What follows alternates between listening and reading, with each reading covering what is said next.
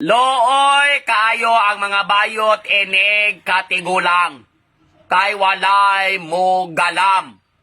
Pait nga kamatuuran, nagpangahitabo sa katilingban, daghan pong naka-eksperyensya sa mao nga kahimtang. Nabalik-balikon ko na sa mga katawhan nga, kamong mga bayot, pagminyo god mo, pag-asawa gyud mo, pag-anak gyud mo. Kaya para pagkatigulang ninyo, naay moilo sa inyong mga lubot. Karon, baklaso nato na. Himay-himayo nato na. Kung kinsa man gyud ang tinuod nga makaluoy sa realidad sa kinabuhi. Ang bayot nga naniguwa nga nag-inusara nga walay anak nga makaluluoy sa pananaw sa katilingban, or ang nagminyo nakaanak ni sakripisyo pa eskwela tanan tibuok kalibutan gibuhat parang anak makahuman, makakurso, makatrabaho. Kani siya nga topic dili applicable sa tanan ha. Kanara sa mga panghitabo. Kaya di mamputan ng bayot nga nigulang nagkalisod. Ang ubang mga bayot perti man sad, may insurance, may dungganon, impas ang St. Peter's, na ay mga negosyo. Tanan perfect hospitalization. Wala siya problema manigulang siya kay daghan siya kwarta. Napoy mga minyo nga pagkatiguang nila, mga pensyonado, pensyonada, nga professional nila mga anak, gitabangan pod sila. So, kanang dapita, di nato na matatsa. Areta dire sa pinaka-worst nga istorya. Oh, so looy ang mga bayot. Balik-balikon ko na, looy kay moyot, looy kay moyot. Aside sa uwaton mo sa mga lalaki, biyaan mo, maniguwang mo nga walay mo bantay ninyo. Looy kayot, looy kayo. Karon, dili ba po ay looy ang mga ginikanan nga natablaw? Arita sa mga minyo. Kapila kang namabdos, katulo, kaupat. Kaupat kang nag-anto siyang kabulan. Ihimogso lang ng imong mga bata. Pwede na lang ko mga buutan. Sos, kabulig na bagyo, nabagoy buang. Di na bago na malikayan. So karon, kapoy kaayong kinabuhi. Di nagay mo kalingaw-lingaw sa inyong kaugalingon. Kami mga bayot, may obligasyon, laag dito, laag dire. Maniguwang ra yun may single. Kamo, mo pa-eskwela pa. Sos, nang pagpa-eskwela karon lisod kaayo. Gikan kinder, elementary, high school, senior high, kolehiyo. Wala pa na humandiya. Alangan man, wala pa man ay trabaho. Mangita pa man na. Wala pa mo na kwarta. So, sa pagpang-apply, ana, imbis ang ginikanan na human na sa obligasyon sa pag-eskwela, tabangan niya po nagpang-apply, gasto tibo kalibutan. Bulahan kay nakatrabaho. Malami ka nakatrabaho. Ang anak ni Asinso na. Pagkahuman ni Minyo. Nikuyog sa asawa. Nilangyaw laing lugar. Tanang anak ni Biya sa ginikanan. Ang nabilin. Kanina lang mga tiguwang ng mga ginikanan. Ang mga anak na busy na pod kay, may mga anak na pod sila. Nakaanak og daghan. May obligasyon na pod sila. Unya ikaw, retired tuod ka.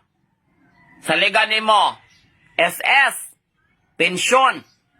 Pila ra man magkagulang ta. Kung swerte ka, good health ka, maayo ra.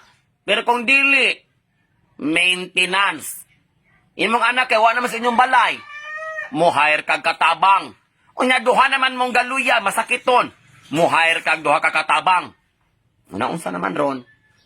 Ang imong pinaningkamutan sa tibuok ni imong kinabuhi nga pakamatsa nimo, pag-abot sa panahon, ni Biya man hinuan. Naunsaon man ron? Patas na tadiring dapita. Patas na tadiring dapita. Ang nagkalahi ra nato, pariho ta nga gibiyaan mo sa mga anak kay naminyo na. nanay pamilya. Wala na'y panumbaling ninyo kay ilang kwarta igor sa ilang pamilya. Wala ikatabang.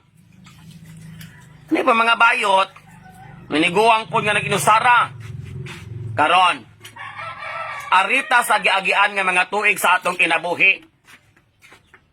Kinsa may mas nindot o kinabuhi? Anha na magsumada dihang dapita. Ang mga bayot, sukas pagkabayot, inigat ra maguna. Laag, disco, inom. La, panglakita mas ginhawa. Oh, mura man ay routine, sige, hangtod maningguwang. Hangtod mga pangag. Hangtod bagang na lang. In short, gikas pagkabayot, hangtod pagkatiguwang, halos tanang adlaw sa kinabuhi, ga-enjoy ra gyud siya. Wa may obligasyon. Oh, kung naaman gani, ginikanan ra man pod. Oh, kisa pa man di ay. Mga laki, lumalabay ra man na. Ginikanan ra man pod. Oh, kama mga ginikanan. Unsa naman na, unay pinakasakit o pinakapait nga realidad. Di lang ninyo lingion. Kung asa man kamo karon sa inyong kinabuhi, di lang mo mulingi, kay mulingi mo mimo. Bitaw sa, oh. Diba, so kas pagminyo, pagpanganak, paiskuya tanan, puro na sakripisyo, pila man katuig. Mudalagan, naghapit mga 20 katuig. Oh, grabe inyong sakripisyo. Wala gyud gali kaayo ninyo na enjoy inyong mga sweldo. Inyong mga sweldo. Hala, hatag sa anak. Tanang paningkamot, hala, hatag sa anak. Oh, nalimot na mong inahanglan po darog enjoy di ay, ana. Ang mga bayot, pag makakwarta, hatag sa ginikanan. Konsumo, sudan. Maura.